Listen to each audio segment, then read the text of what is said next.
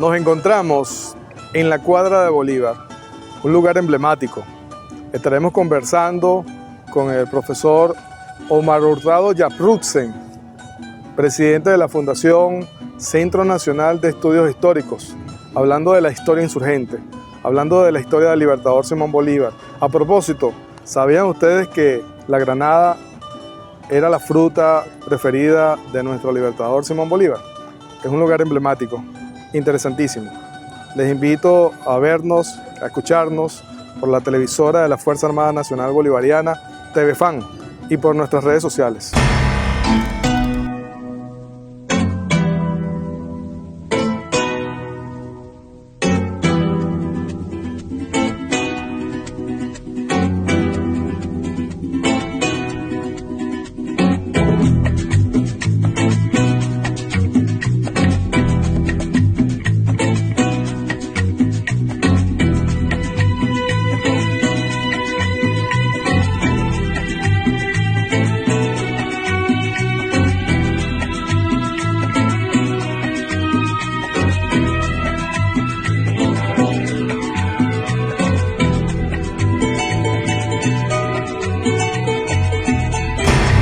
Bienvenidos y bienvenidas una vez más a su programa educativo y cultural Bolívar y Sucre, Identidad Nacional, por la televisora de la Fuerza Armada Nacional Bolivariana, TVFAN, y a través de nuestras redes sociales que pueden seguir, que están plasmadas acá en pantalla. Hoy tenemos un invitado de honor, se trata del profesor Omar Hurtado Yaprutzen, presidente de la Fundación Centro Nacional de Estudios Históricos, y nos encontramos nuevamente en la Cuadra de Bolívar. Bienvenido, profesor. Muchas gracias por el honor de invitarme a participar en su difundido programa. A usted, profesor, por concedernos, por supuesto, además la colaboración de estos espacios para grabar. Es necesario conocer nuestra historia para poder comprender nuestro presente. ¿Por qué es necesario conocer nuestra historia, profesor? Coméntenos la historia, la Cuadra de Bolívar. ¿Por qué es importante conocer a Bolívar?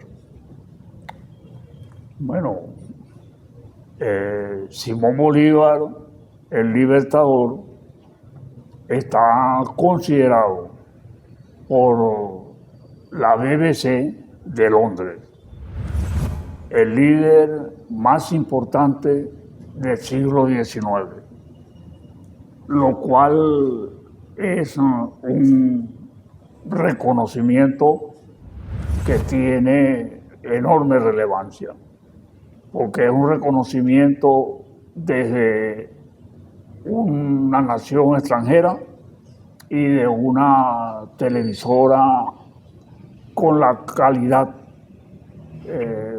de la BBC de Londres. ¿Por qué se le hace ese reconocimiento al libertador? En primer lugar, porque fue un estadista. Bolívar presidió lo que hoy en día son 5 naciones independientes.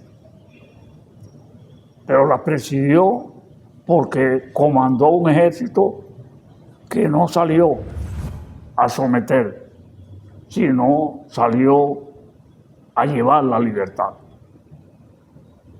En los difíciles días en que se debatía el Congreso del Perú, dominado por las fuerzas oligárquicas, en cuanto a poder dejar entrar o no al ejército colombiano, el libertador escribe: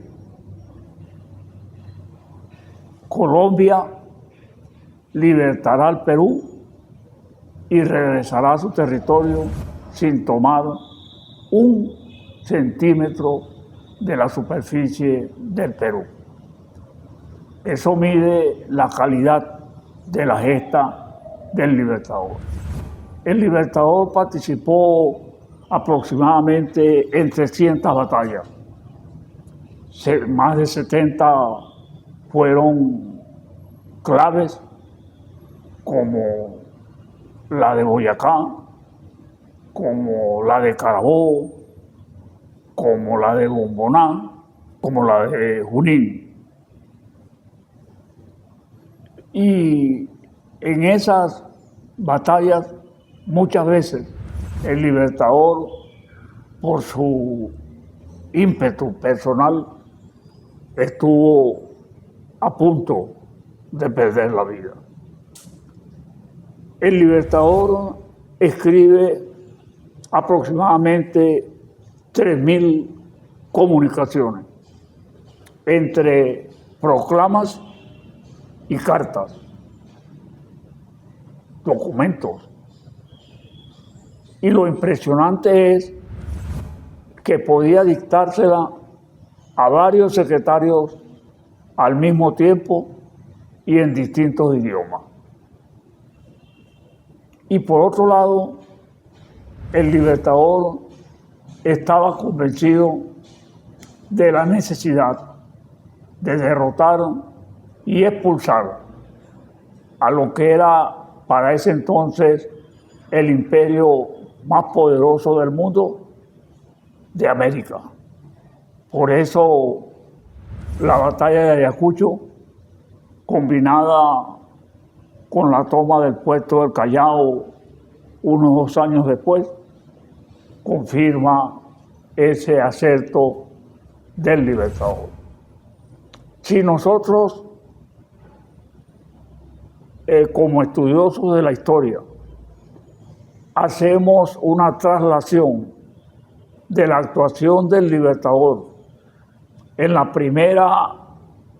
tercera parte del siglo XIX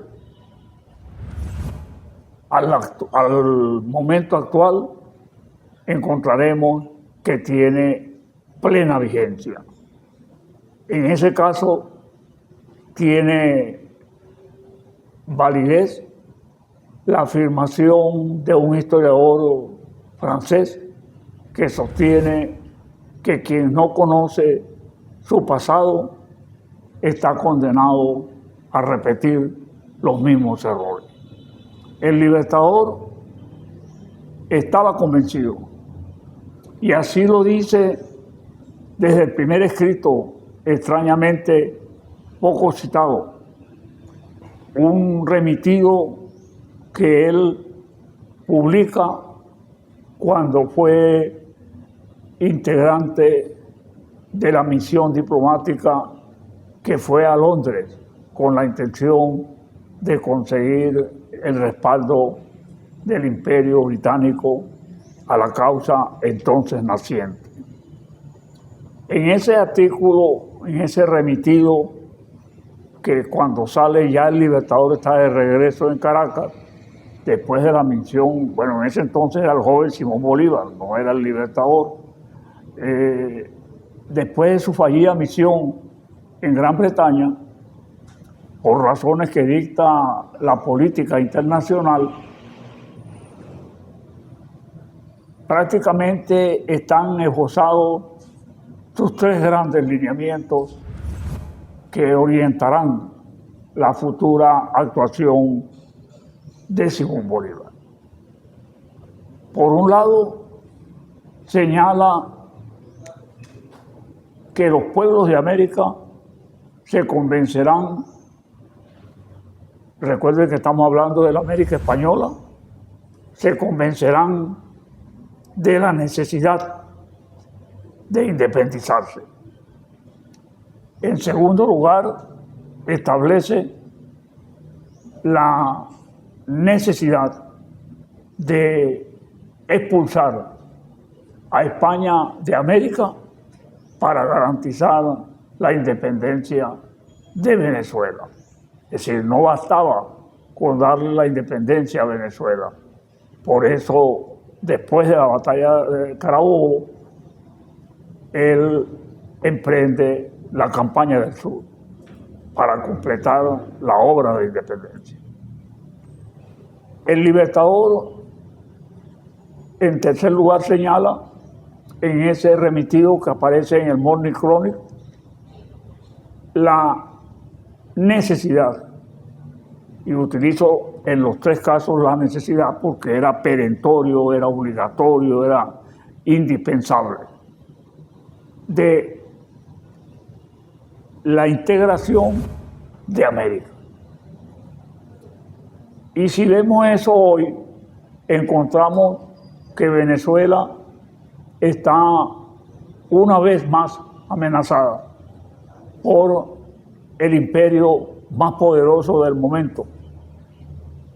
Un imperio que, así como el español, a partir del 19 de abril de 1810, empezó a declinar, este imperio, esta hegemonía que llaman del occidente, que es más bien dirigida por el gobierno de los Estados Unidos, está declinando. Y esa declinación la hace sumamente peligrosa. Y por eso encontramos declaraciones, con el perdón de los usuarios y de las usuarias, declaraciones que rayan en el ridículo, que si no fuera por el peligro que encierran, porque es un tigre herido, para utilizar una semejanza, provocarían risa. ¿Cómo se le va a ocurrir al presidente de los Estados Unidos decir el pasado martes que el petróleo, los recursos de Venezuela les pertenecen? Y los 200 años de lucha y de independencia expresada, por ejemplo, en el bloqueo de las potencias del momento en 1902, no representan nada. Y la lucha de más de 23 años de Venezuela y de América por expulsar al Imperio Español de América no representan nada. Nosotros, como lo decía el presidente de la República, Nicolás Maduro Moro, en una alocución en la Sociedad Bolivariana de Venezuela, citando la Constitución, nosotros somos una nación libre, autónoma, independiente, soberana.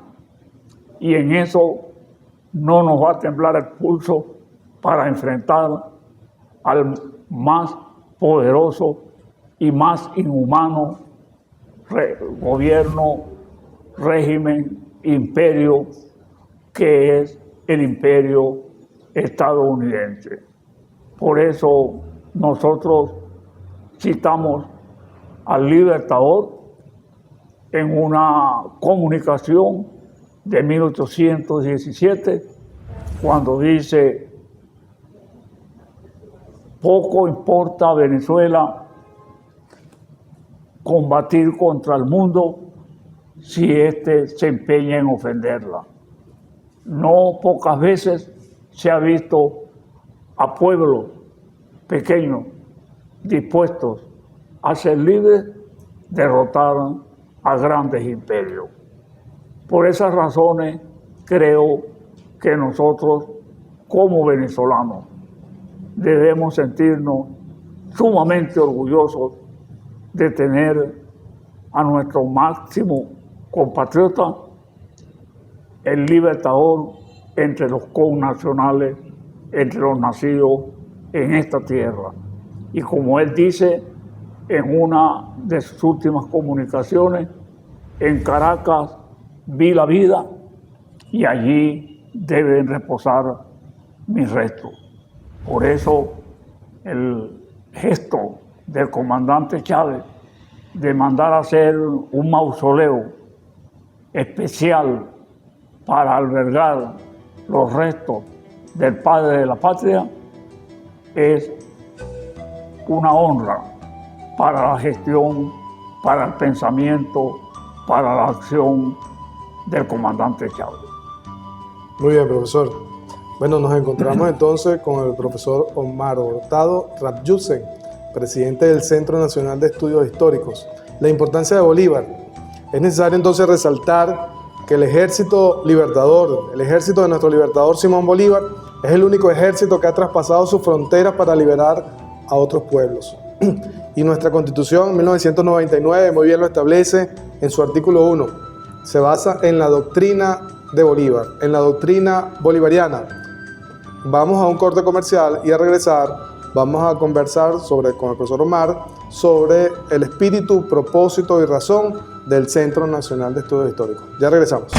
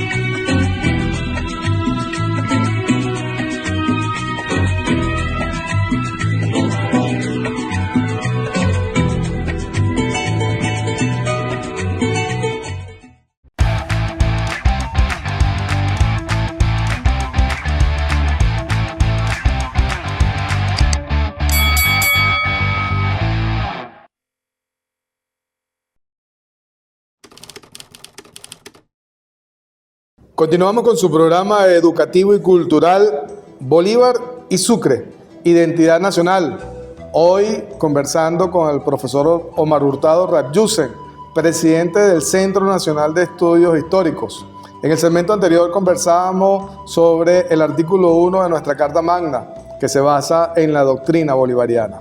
Profesor, ¿puede comentarnos el espíritu, propósito y razón del Centro Nacional de Estudios Históricos?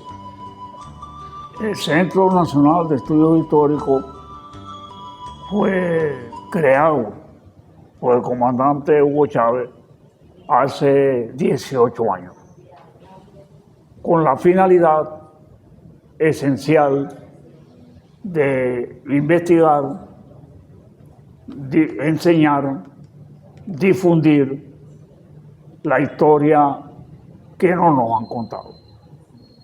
Tenemos más de 500 años escuchando, leyendo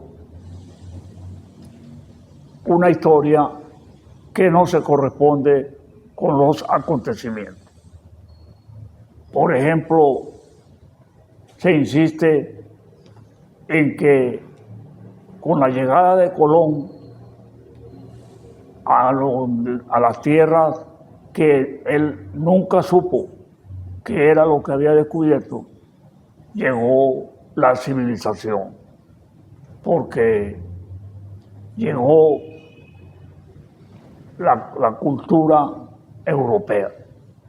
Y un ejemplo de eso lo tenemos cuando celebramos el aniversario de las ciudades. La generalidad de las poblaciones de América y de Venezuela, por supuesto, fueron refundadas por el conquistador europeo.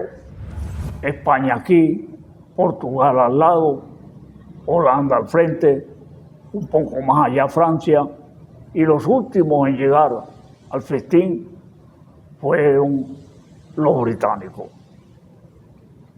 Esa historia que se dice empieza en el caso de Venezuela para 1492, las investigaciones antropológicas, arqueológicas, etnológicas, hechas por brillantes venezolanos como Miguel Acosta Sáenz, como Mario Zanoja Obediente, por citar dos nada más, han demostrado que el territorio venezolano, por lo menos 15.000 años antes de la llegada de Colón, ya contaba con población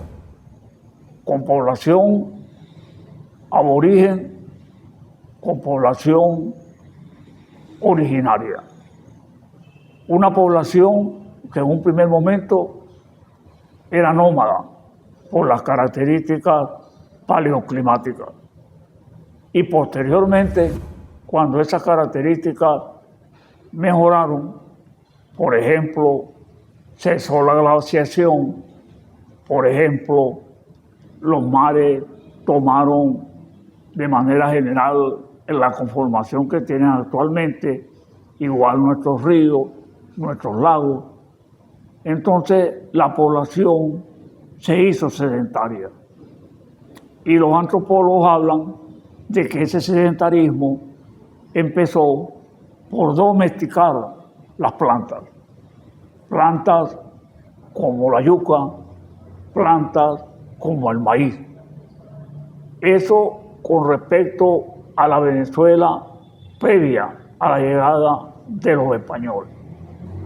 No es cierto que con los conquistadores españoles, con los depredadores españoles, llegara la civilización.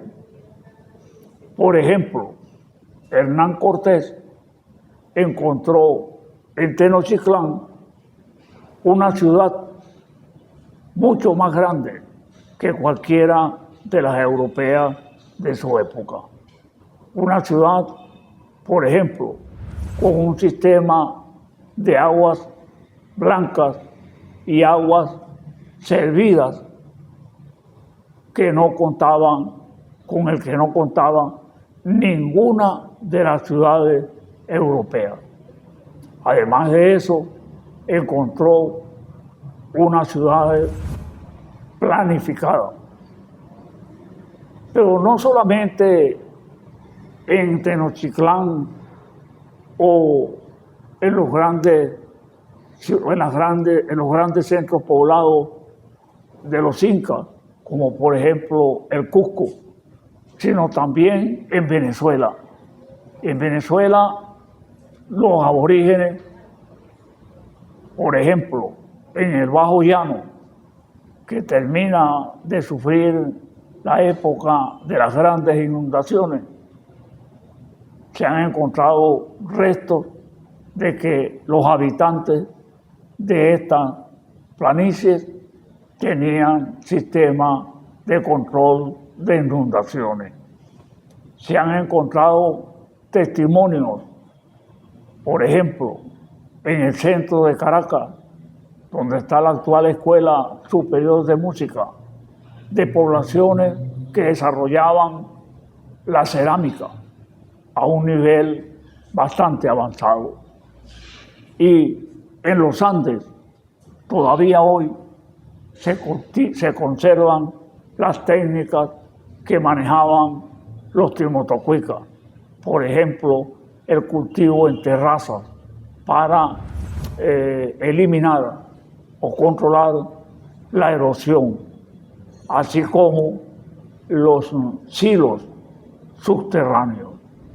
Y también nuestros aborígenes de las áreas semiáridas de Venezuela, por ejemplo, Falcón, Lara, cultivaban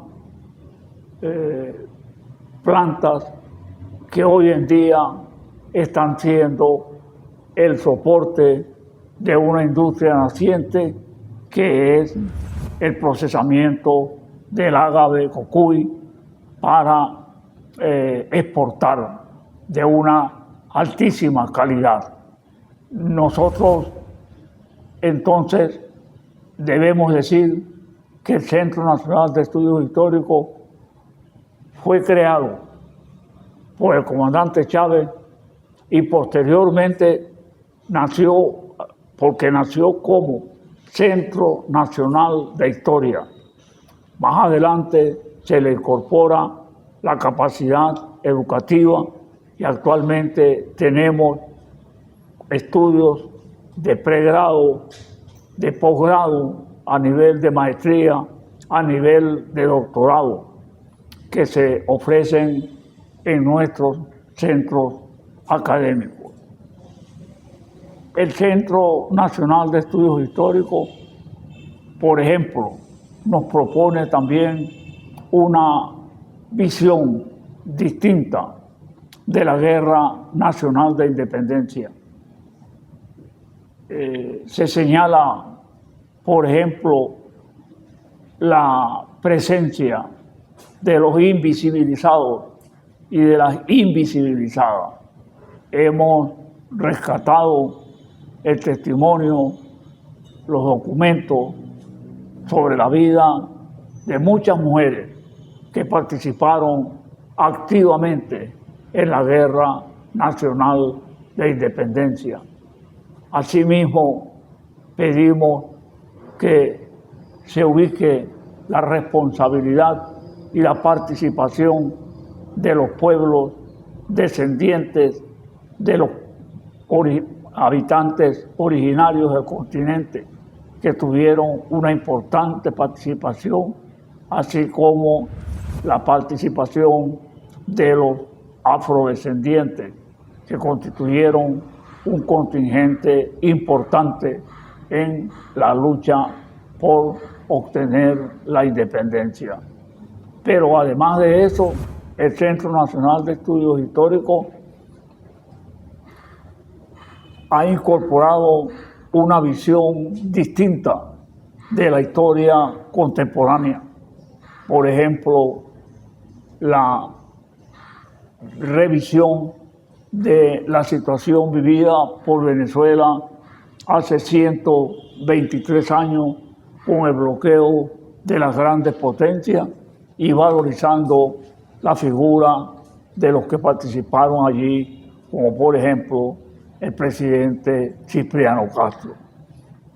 El Centro Nacional de Estudios Históricos tiene una proyección nacional a través de la red de museos.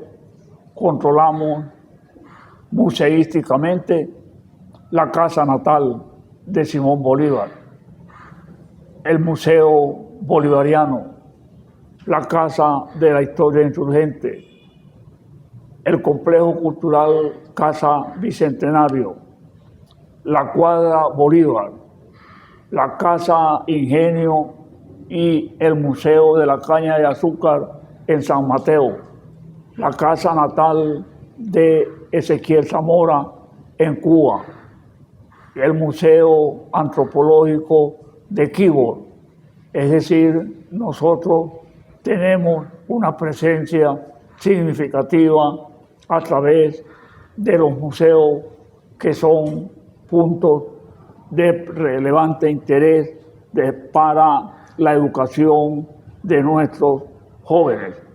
Y al mismo tiempo tenemos una importante presencia editorial que se ha hecho notar, por ejemplo, en las ferias internacionales del libro o en la Feria Internacional del Libro de Caracas, lo que ha sido reconocido por otras editoriales y por escritores de alta significación a nivel nacional.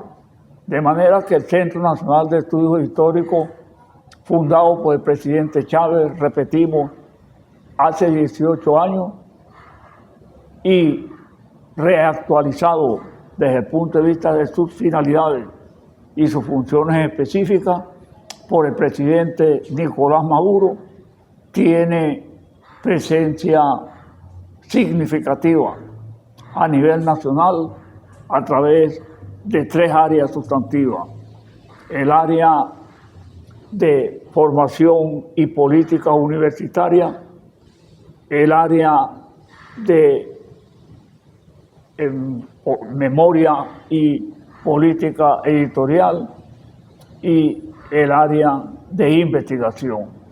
Tenemos un calificado cuerpo de investigadores, de docentes, cuya producción ha estado expuesta al país durante los 18 años de existencia del centro. Por ejemplo, tenemos revistas de difusión masiva como Memorias de Venezuela, y al mismo tiempo tenemos revistas acreditadas a nivel internacional como la revista Nuestro Sur y la revista Tierra Firme, donde importantes colaboradores de distintos países han hecho posible nuestra presencia en el mundo de las publicaciones especializadas. Y además de eso, publicamos trabajos de nuestros investigadores como obras independientes. Esa es, en definitiva, la visión que impulsa el Centro Nacional de Estudios Históricos. Nuestros adversarios ideológicos sostienen que nosotros estamos reconstruyendo la historia para ponerla al servicio del gobierno, lo que no es cierto, porque nosotros simple y sencillamente estamos rescatando, de acuerdo al decreto de creación, la historia que no nos han contado. Así es, bueno, después de haber escuchado al profesor Omar Hurtado, no queda más que citar a mi comandante Chávez con esa frase: bastante historia hay aquí. Y bueno, por supuesto, nuestro libertador Simón Bolívar en su doctrina bolivariana, en el discurso de Angostura del 15 de febrero de 1819, cuando dijo: nos han dominado más por la ignorancia que por la fuerza. Vamos a un corte comercial y ya regresamos.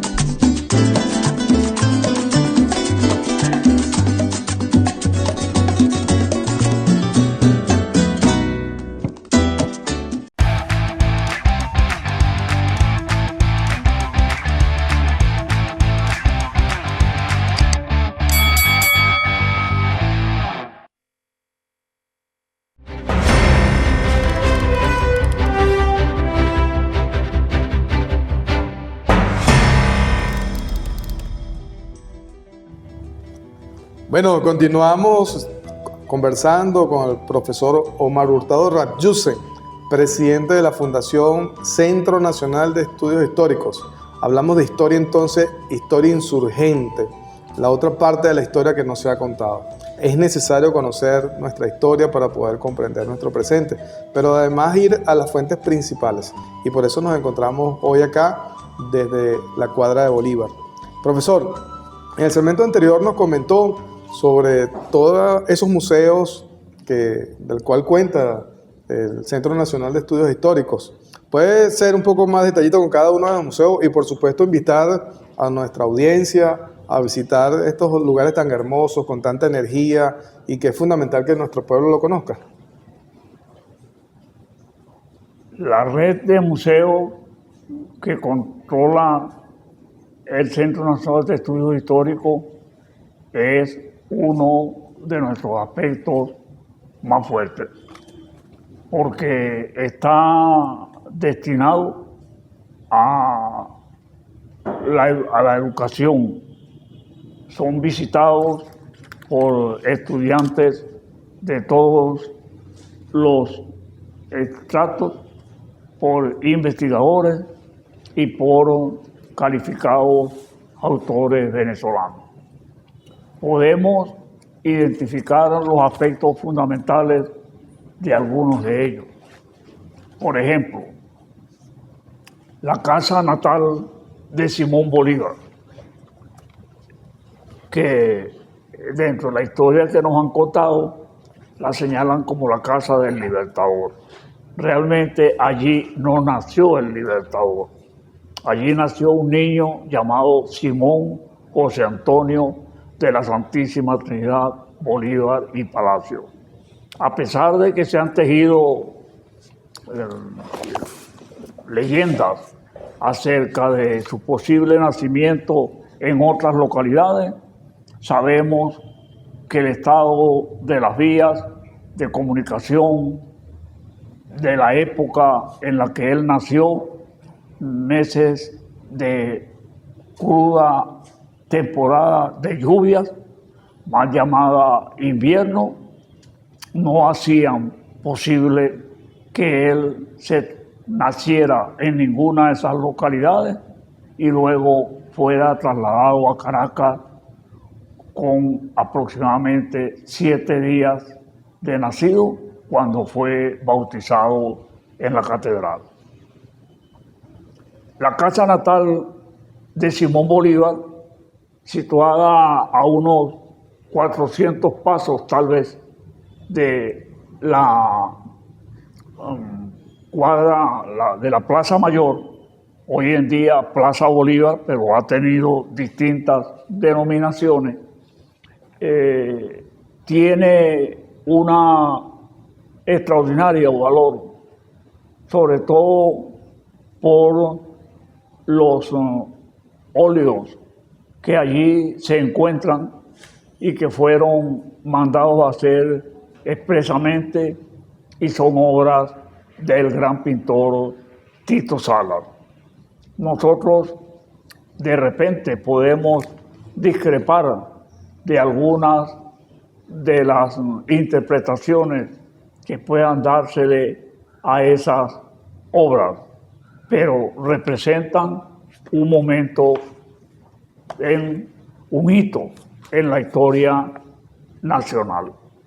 Luego tenemos el Museo Bolivariano, donde hay una colección extraordinaria de obras de carácter histórico que incluyen desde vestuarios de la época hasta la réplica de la espada que el Congreso del Perú entregó al Libertador después de la batalla de Ayacucho. Tenemos la Casa de la Historia Insurgente, que es un centro fundamentalmente de carácter académico, donde funciona la cátedra Federico Brito Figueroa, que es uno de los maestros de la historia insurgente, aparte de que funcionan también la cátedra itinerante Ramón Tovar, otro de nuestros maestros de la historia insurgente. Tenemos el complejo cultural de la Casa del Bicentenario, donde se desarrollan fundamentalmente nuestras actividades académicas, que ya señalé anteriormente, los cursos de pregrado, de posgrado, a nivel de maestría, doctorado, diplomado, y funcionan en los 3 niveles exposiciones. Actualmente tenemos la exposición de parte de la producción escrita y algunos de los libros publicados por el maestro Ramón Tovar, producto de una actividad que hicimos con ocasión del 102 aniversario de su nacimiento. Tenemos la casa natal de Ezequiel Zamora en Cuba, que es regionalmente uno de los centros más importantes, porque además de albergar materiales propios de la época en que nació el general del pueblo soberano, nació y vivió el general del pueblo soberano, tiene el carácter de un centro académico donde con frecuencia se dan charlas, cursos de carácter variado. Tenemos el Museo del Ingenio de la Casa de San Mateo y el Museo de la Caña de Azúcar.